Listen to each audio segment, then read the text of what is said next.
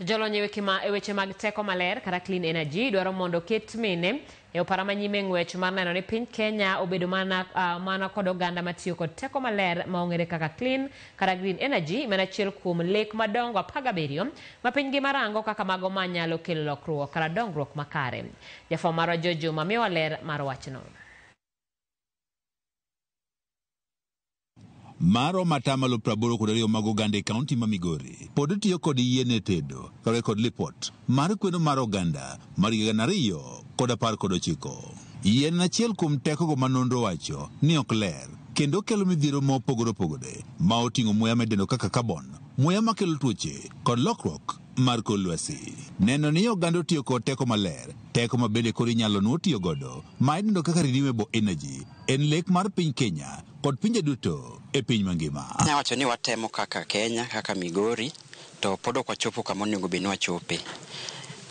King'iyo climate action for example, iyudo ka yes nitiere efforts mag curbing climate change, but at the local level mano onge. Iyudo ka gin gik miwuoye awuoya e conferences, e meetings, lakini koro kibire ground tiyudo ka wachno onge. Lipode yango ni joma mine ema yudo hinyruok mathoth ma oting'o tuoche nikech gin ema githoro tiyo kod yien e kinde mathoth.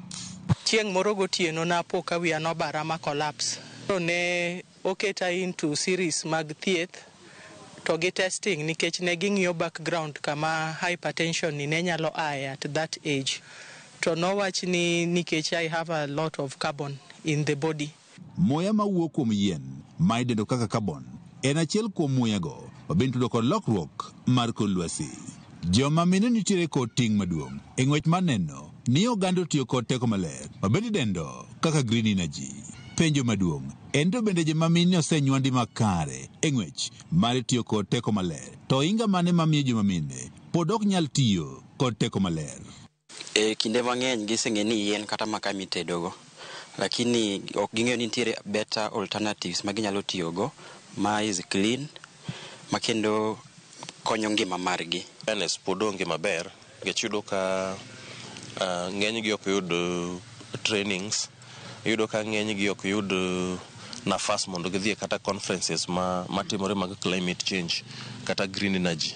Christine Auma bende gwego mag Suna West wach nengo mamalo mar teko maler kaachiel kod koso ng'eyo osemiyo mine mathoth ok nyal tiyo kod teko maler. To ng'eny mine gini pod chando nikech samoro sana dala koni yudo ka yuto ni piny.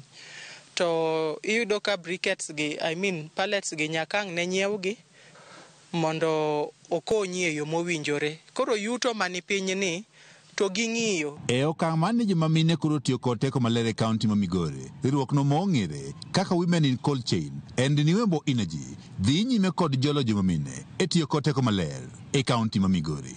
Jata tij riwruokno ma Women in Cold Chain and Renewable Energy Fido Kenso Chieng' wach ni gidhi nyime kod chenro mar golo teko maler e gwego mag Nyailinga e sub-county ma Suna West ka gitiyo kod yugi mawuok e kembego mag Niang' kod mamoko. Osebedo sideline e gik mang'eny, yudo ka kata ka tije machalo kaka mag sustainable energy, green energy gionge.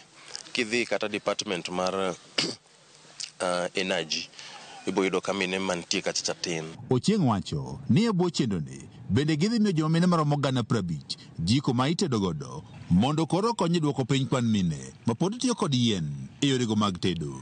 Kuom clean energy wan gi briquettes, wan gi pellets,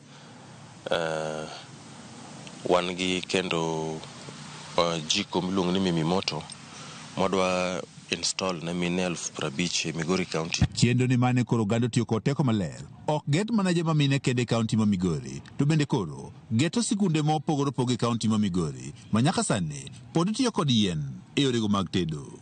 Inno ka sikunde, osiptende mane Migori County iyudo ka sani pod gitiyo gi makaa kata yien. The time will be on with the production. There's a percentage of our income that we give back to the society, and we do that through the NGOs, CBOs, the foundations. That's in the area of a cold chain aspect of it. George Juma, Ramogi TV, Migori.